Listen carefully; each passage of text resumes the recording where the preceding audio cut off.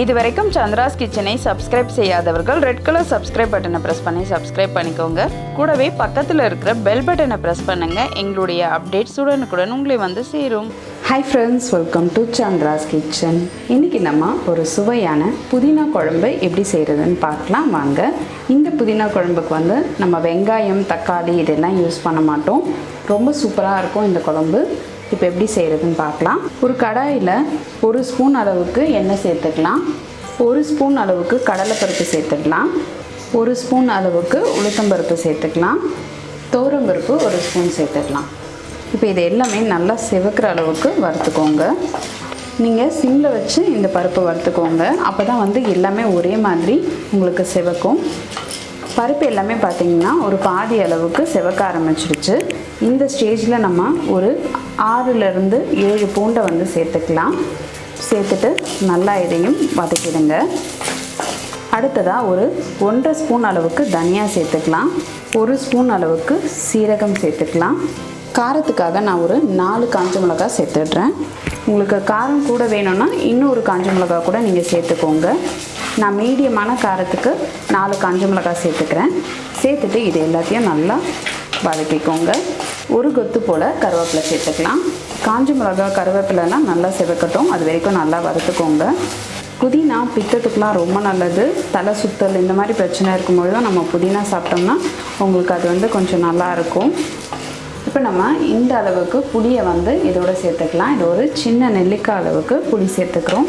சேர்த்துட்டு இதோடவே நல்லா கலந்துருங்க. புளி கொஞ்சம் சூடேறட்டும். இப்போ நம்மளுடைய பருப்பு, காஞ்ச மிளகா, கருவேப்பிலை எல்லாமே நல்லா வந்து செவந்துருச்சு. இதை ஒரு பிளேட்டுக்கு மாற்றிடலாம். இப்போ நம்ம பருப்பை வந்து ஒரு தட்டுக்கு மாற்றியாச்சு.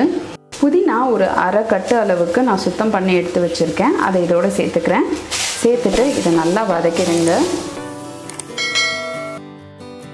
இப்போ புதினா நல்லா வதங்கிடுச்சு. நம்ம ஏற்கனவே வறுத்து வச்சுருக்கிற பருப்போட இந்த புதினாவை சேர்த்துக்கலாம்.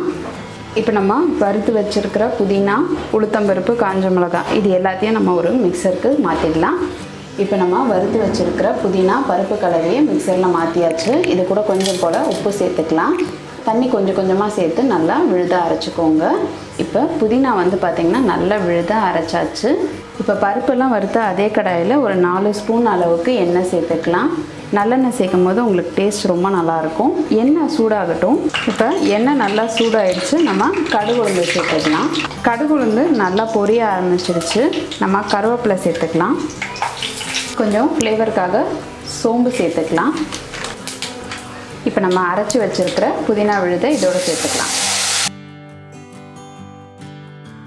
இந்த மிக்சரில் கொஞ்சம் போல் தண்ணி சேர்த்து நம்ம நல்லா கலந்துட்டு இதில் சேர்த்துக்கலாம். உங்களுக்கு குழம்பு எந்த அளவுக்கு திக்காக வேணுமோ அந்த அளவுக்கு தண்ணி சேர்த்துக்கோங்க.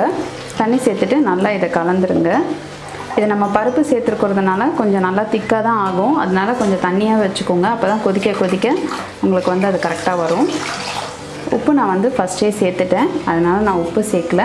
ஒரு பிஞ்ச் அளவுக்கு மஞ்சள் தூள் சேர்த்துருங்க. சேர்த்துட்டு நல்லா இதை கலந்துருங்க. குழம்பு நல்லா கொதிக்கட்டும். கொதிச்சா தான் வந்து இது ரொம்ப நல்லா டேஸ்ட்டாக இருக்கும். இப்போ குழம்பு வந்து பார்த்திங்கன்னா கொஞ்சம் லைட்டாக கொதி வர ஆரம்பிக்குது. நம்ம குழம்பை வந்து நல்லா கலந்து விட்டுடலாம்.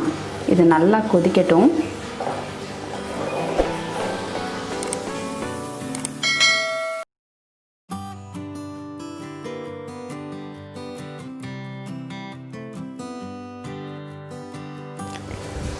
இப்போ குழம்பு நல்லா கொதிச்சிடுச்சு. நல்லா வாசனை வர ஆரம்பிச்சிடுச்சு. நம்மளுடைய புதினா குழம்பு சூப்பராக ரெடி ஆகிடுச்சு.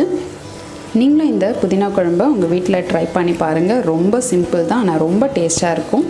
ட்ரை பண்ணி பார்த்துட்டு உங்களுடைய ஃபீட்பேக்கையும் கமெண்ட்ஸையும் எங்களுக்கு சொல்லுங்கள். இதே மாதிரி இன்னும் நிறைய ரெசிபிஸ் உங்களுக்காக வந்துகிட்டே இருக்குது. இதுக்காக நீங்கள் செய்ய வேண்டியதுலாம் சந்திராஸ் கிச்சனுக்கு இது வரைக்கும் சப்ஸ்கிரைப் பண்ணலன்னா சப்ஸ்கிரைப் பண்ணிவிடுங்க. பக்கத்தில் இருக்கிற பெல் பட்டனையும் ப்ரெஸ் பண்ணுங்கள். நான் இன்னொரு சுவாரஸ்யமான ரெசிபியோடு உங்களை சந்திக்கிறேன். நன்றி, வணக்கம்.